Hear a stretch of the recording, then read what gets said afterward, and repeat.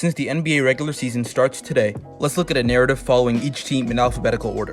After their conference finals appearance in 2021, the Hawks went into win-now mode, but lost in the first round the following season. So, they traded multiple first-round picks for DeJounte Murray. Atlanta looked like they could be better, but were stuck in the middle of the Eastern Conference. The team wasn't happy with their position, so they fired head coach Nate McMillan and brought in Quinn Snyder during the middle of the season. With their new additions, the team only has another first-round exit to show for it. After the summer to work with the team, is Quinn Snyder what's needed to take that next step. While the Celtics look like one of the best teams in the league, one problem with the roster is noticeable. Their starting lineup is crazy, but there are not many bench players on the team who I think can get deep playoff minutes. If one of their guys is out for a stretch, how would Boston look? There's also a possibility that the Celtics may look into trades or the buyout market to improve their bench. How confident are the Celtics with their depth this season? Ever since his playoff exit in 2021, Ben Simmons hasn't looked the same. In his defense, he was traded, injured, and then had his team be a part of multiple massive trades. Now that the dust has settled and he's going into a new season with a defined role, what can we expect of him? Will he play at an all-star level like before, or have we already seen the best of Simmons? Coming out of draft day, a selection that surprised a lot of people was the Hornets selecting Brandon Miller instead of Scoot Henderson. There were reports that Charlotte hadn't decided on who they'd select until the day of, so when they did decide, there was some criticism that came with the selection.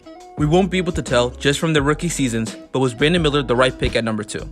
While the trio of Levine, DeMar, and Vucevic started off great, there have been signs of a rebuild coming soon. They started off the 2022 season strong, with a first-round appearance and then a loss in the play-in has their future looking unknown, while Lonzo's injury makes the situation worse. This feeling is not just felt outside the locker room. As Nikola Vucevic put it, we have to do better, and we know it's our last chance as the core of guys to do something. With this likely being the last chance they'll be given, can this core prove to the Bulls front office that they should stick together in Chicago? There's been a surprising amount of uncertainty regarding Donovan Mitchell's future with the Cavs. He didn't sign the extension this summer, with only 2 years guaranteed left in his contract, and with trade rumors circling, how the season plays out can change a lot for both Donovan and Cleveland, especially if they have a similar playoff exit. I doubt he'll get traded this season, but it's definitely something to monitor. Once the Dallas Mavericks traded for Kyrie Irving, a question revolving around the team was if a duo of Luka and Kyrie would work. The question got amplified once Dallas missed the play-in. Going into year 2, with Kyrie signed for 3 years, the Mavs seem committed to this pairing. Now that they've got training camp to work with each other, and with the addition of some defenders, can the 2 point guards lead a competitive team? While top teams in the NBA made big moves this offseason, the reigning champs didn't. They actually lost Jeff Green and Bruce Brown, 2 guys who were top 7 in playoff minutes for the Nuggets. Meanwhile, Phoenix got Beal, Boston got Drew and Porzingis, Milwaukee got Dame, and LA brought in depth. Is Denver expecting their young guys to fill in for their losses? You can justifiably say that they're still the best team in the league. But how much will this offseason affect the Nuggets? After his really good rookie season, Cade Cunningham's second year only lasted 12 games due to injury. We weren't really able to see him play next to guys like Duren, Ivy, and Bojan last season. Now that they've added some rookies and veterans, what will Cade look like in his 3rd year? How competitive will the Pistons be once they get their former first overall pick back? I have my doubts about Chris Paul's fit with the Warriors. He doesn't really address their issues with defense and bench depth. And let's not forget that the Dubs gave up a protected pick and a young player who has all-star potential for CP3. I don't see the fit, but the Warriors are one of the most innovative teams in the league. Is a 38-year-old Chris Paul really what Golden State needs to make another run to the finals? The Rockets brought in Ime Udoka, Fred VanVleet, and Dillon Brooks this offseason. While I see the vision with Ime, are Dillon and Fred what a young team needs? The both of them will take opportunity from young talent that Houston might have had as a part of their future. And it's not like the Rockets are playoff threats. They're still developing their guys, and I wonder how these signings can affect how Sengun, Jalen, and Jabari perform next season. Rumors have surfaced that the Pacers are looking into trading Buddy Hield due to failed extension negotiations. He's an expiring contract, and the Pacers definitely don't want him to walk for nothing. How much does Indiana expect to get in return? What if they don't like any of the offers they get? Which teams trying to contend will try to get Buddy? Going into year 5 of the Kawhi PG era, the excitement about the Clippers has died down. Although they made the conference finals in 2021, the team hasn't been healthy enough to make a finals push. The only time they were healthy enough to win the championship, they blew a 3-1 lead. With how underwhelming the team has been, both PG and Kawhi are going into their last guaranteed years. Is this season the last chance they'll get before the front office decides to go in another direction?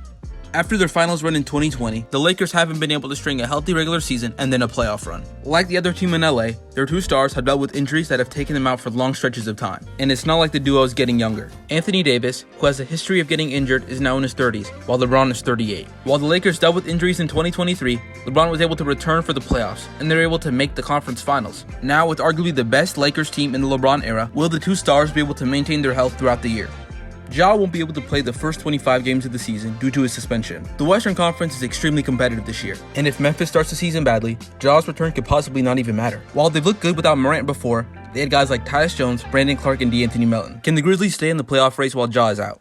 Recency bias tells you that Miami could reach the finals again without Gabe Vincent and Max Strus, but looking back at their season, they almost lost 2 play-in games in a row. Their roster is far from perfect, and they needed to fix some holes this summer. This offseason, they weren't able to bring in Beal, Kyrie, Dame, or Drew while losing role players. They barely made it into the playoffs last season, and after this rough offseason, it'll be hard for Jimmy Butler and the Miami Heat to get a chance of redemption. Damian Lillard obviously involves the narrative following the Milwaukee Bucks. The blockbuster trade had one question revolving around it. With Drew off the roster, they lost one of, if not the best perimeter defenders in the league, and the team doesn't really have a guard to replace him. Will they trade or look at the buyout market to find a replacement? Maybe they want one of their young guys to fill in for Holiday. Can the Bucks survive without the additional defensive help Drew brings, now that they've replaced him for Damian Lillard? Going into year 2 of the Rudy Gobert trade, we didn't get to see what Ant, Cat, and Gobert could look like together. Towns' calf sprain had him out for almost 4 months, and the trio only played 26 games together. We haven't seen much of the 3 of them together, but what we have seen hasn't been the best. Will Ant's progression or Cat's health be enough for the Timberwolves to keep the trio? The Pelicans had an excellent first half of the season, but Zion going out was the first domino that led them to losing in the play-in. In the past 3 years, the question of can Zion stay healthy has lingered over the team. Zion might be under the most pressure in the league to have a great year. His health has been questioned for years, so how much longer until changes are made by Zion or the Pelicans? The Knicks can be really good this season, but they're not good enough to be in that elite tier of teams in the East. If they match up with the Celtics or Bucks, it's likely that their postseason would end in that series. The Knicks are in a pretty good position, but New York isn't a dangerous contender.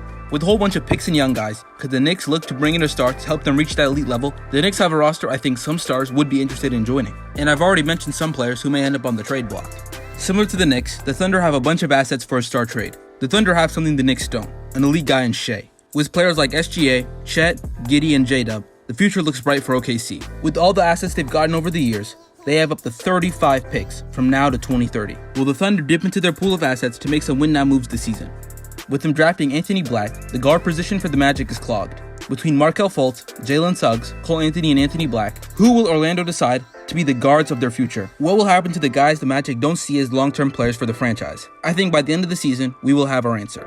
The biggest narrative following the Sixers is James Harden. On his last year, Philly has to find a trade they're okay with if they don't want him to walk for nothing. And it's not like a bunch of teams are trying to get Harden, as the Clippers seem to be the only team involved in trade talks. Depending on how the James Harden situation ends, this can end up making the team better or be the beginning of the end for this era of the Sixers.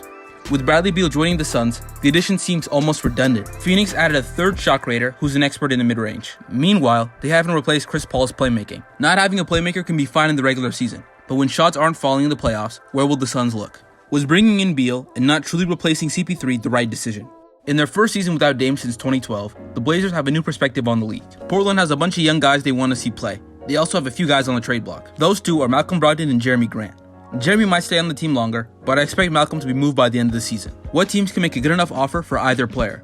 While the Kings were the 3rd seed, there's some doubt coming into the new season. Not only was Sacramento one of the healthiest teams in the league, but they're also one of the most clutch teams last season. The Kings had a great offense last year, but they had the 6th worst defensive rating in the league. The Western Conference has 11 playoff caliber teams, and if their health slips or if they lose some close games, can the team keep their spot at the top of the West?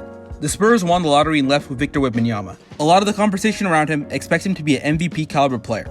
I've even seen some people say he should be the best player in the league at some point in his career. He's looked really good in the summer league and preseason, but an actual NBA season can be very different. The expectations of Wemby are through the roof, so can his rookie season be the foundation for him to reach his full potential?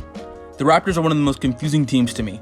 After being a playoff team in 2022 with the Rookie of the Year, they took a big dip in 2023. They then lost one of the best players on the team for nothing. Now, their best player Pascal Siakam is in the last year of his contract and can head into the market as an unrestricted free agent. Is Toronto going to let 2 of their best players that they've developed walk for nothing? If they do trade Pascal, which teams would go get him? With the most improved player on the team, the Jazz looked really good during parts of last season. They were only in year 1 of their rebuild, but already have an all-star on the team. Now that they traded for John Collins, I have one question about Utah. How committed are the Jazz to the rebuild? They already have a bunch of picks and young guys who could help them win. If a star is available, will they go after him or do they want to take their time? The biggest changes for Washington this offseason were losing Bradley Beal and trading for Jordan Poole.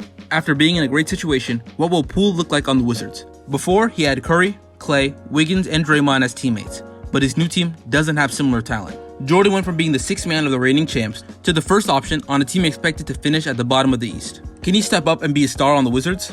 Thank you for watching. Please like, comment, or subscribe if you enjoyed the video. It lets me know the types of content people want to see, especially because the NBA season is starting up again.